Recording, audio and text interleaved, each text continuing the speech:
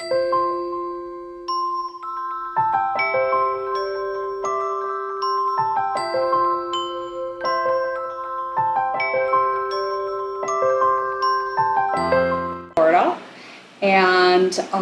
we are going to be learning how to knit. I will be teaching everyone how to knit using a very basic knitting pattern. This pattern is referred to as grandmother's favorite dishcloth. And when you set out to knit any project, it is a good idea to acquaint yourself at the very beginning with the construction of the project so that as you go along, you're doing the instructions, you understand whether or not you're on the right track. Does it look like you would expect it to look in order to get the desired results? So I'm going to just give a quick overview with this pattern. It is a dishcloth or washcloth, however you choose to use it in the end. It's a square, but it starts in a corner. We're going to start only by casting on 4 stitches. And then as we continue to knit, we're going to do a series of increases. They are yarn over increases, and the yarn overs create this little eyelet edging on the dishcloth, and it causes the dishcloth to get a little wider and a little wider and a little wider with each row until you get to the maximum width. And according to this pattern, that's 44 stitches on the needle. And once you're at that width, you start with a series of decreases, and the width of the washcloth will get narrower and narrower until we get to a tip at the opposite end, and then we do what is called binding off, and that's how we get all of the stitches off of the needle. Okay, so what we want to do is get together our supplies for this project, and in the instructions, it recommends a yarn called sugar and cream yarn. And I believe at church we had handed out a little leaflet that recommended sugar and cream yarn. And I did that based upon the actual pattern. But when I went to the store, I found that the yarn isn't actually called sugar and cream, it's called peaches and cream. So this is what a ball of the recommended yarn looks like. As you can see, this yarn is striped, but they come in solids or in stripes or in, I don't even know what you call it, but there's another little textured color variation. And, you know, you just select, if you're going to make this as a dishcloth, you could select something that went with the decor of your kitchen. And if it's going to be a washcloth, you can select something that's going to match the decor of your bathroom, or just a favorite color. It doesn't even have to match the decor, it just needs to be a color that makes you happy. The reason why this yarn was recommended is because it is a worsted weight cotton yarn, 4-ply yarn, and cotton is ideal for projects that will be getting wet. If you were to use wool, for example, you could still knit this project, but you wouldn't really want to use it for a washcloth or a dishcloth because wool, if you are agitating it, will felt. And you wouldn't want to use acrylic because acrylic just isn't good in water. And the best term I can think of to describe it is that it's a little yucky. Anyway, you could use any cotton yarn. I'm going to set this aside. I'm saving this for the actual class. Maybe someone will use this exact fall. I am just going to use some leftover yarn that I had from another project. And this yarn is called, it's by a company called Knit Picks. I purchased a lot of yarn from Knit Picks. They have higher quality yarns at reasonable prices. And this yarn is their Kotlin yarn. The colorway is called Conch.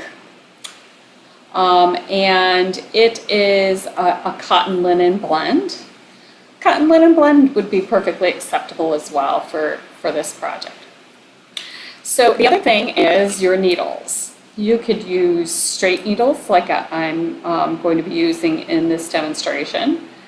Or you could use circular needles if that's what you had on hand. That's perfectly acceptable. I am going to demonstrate with these needles. These needles are made out of bamboo. Needles come in all sorts of different materials. These are bamboo. I have some other needles that are made out of rosewood.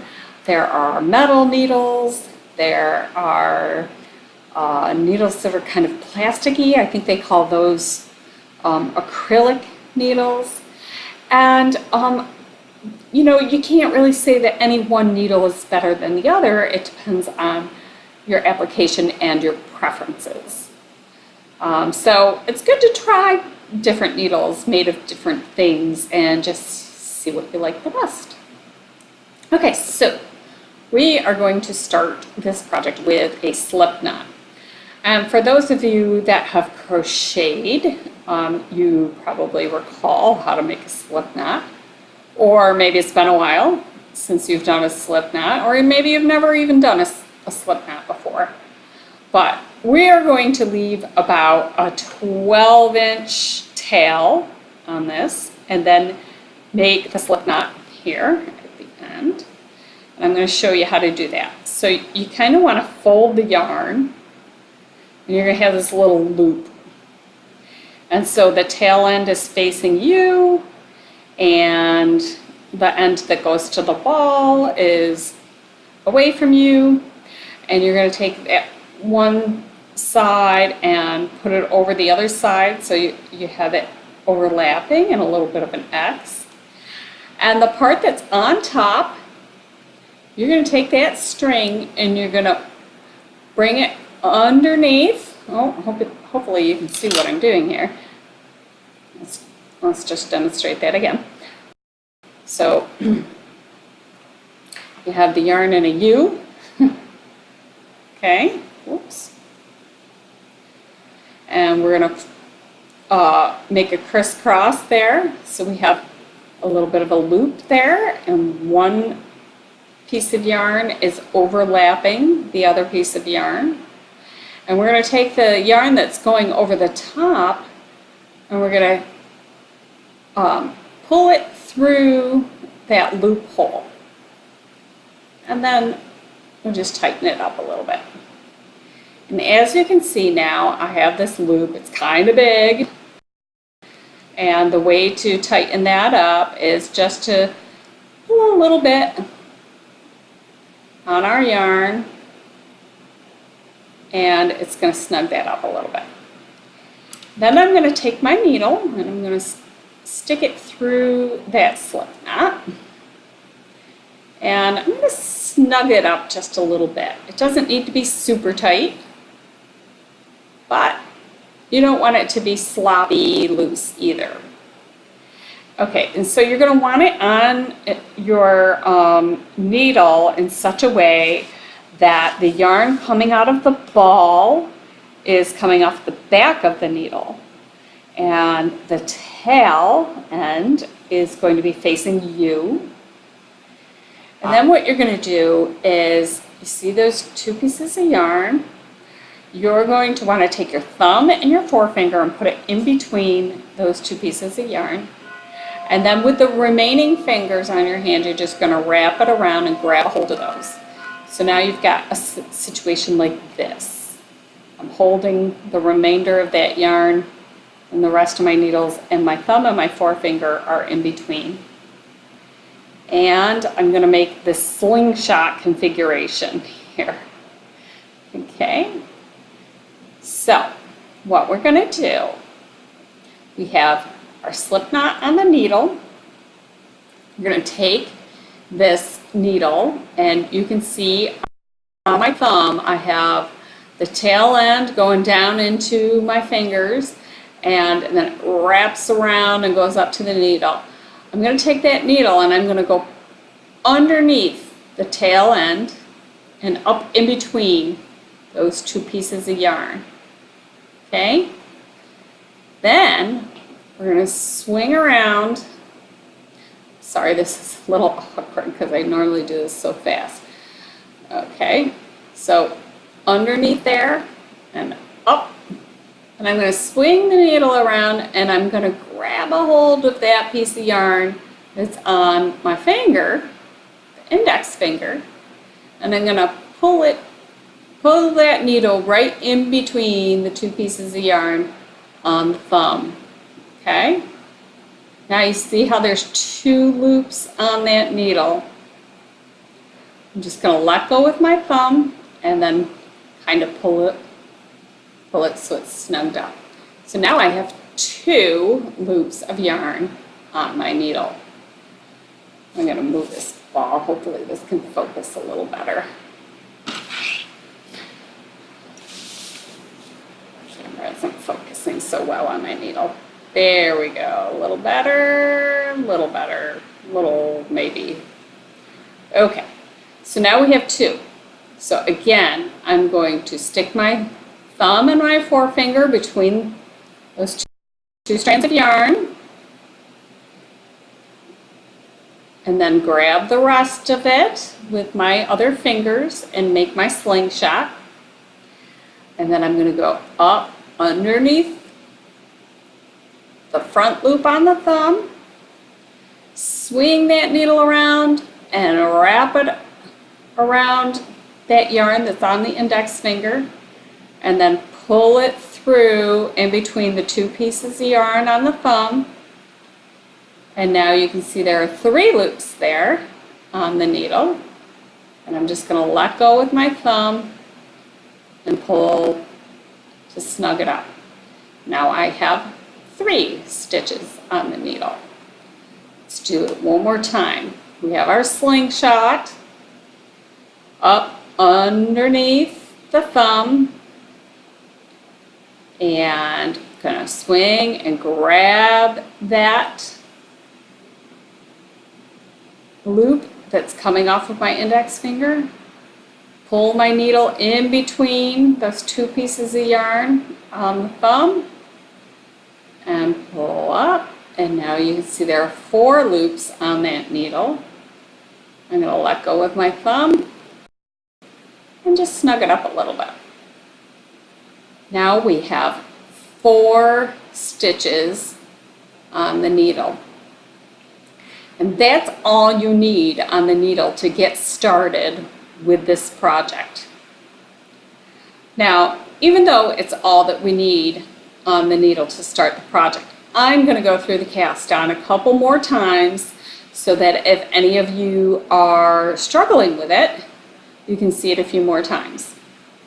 So I'm going to make my slingshot, so thumb and forefinger between the two pieces of yarn that are hanging off of the needle.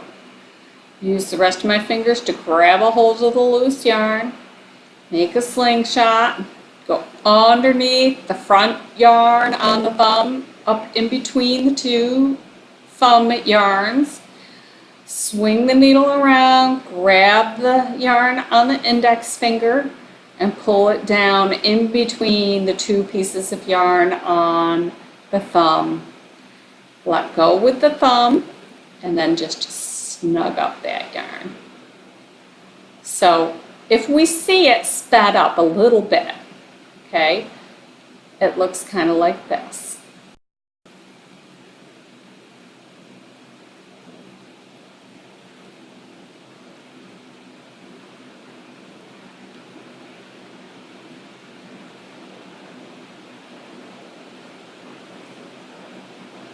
Okay, so hopefully that will be enough times of demonstrating how to do the long tail cast on, so you'll get the hang of actually doing the cast on.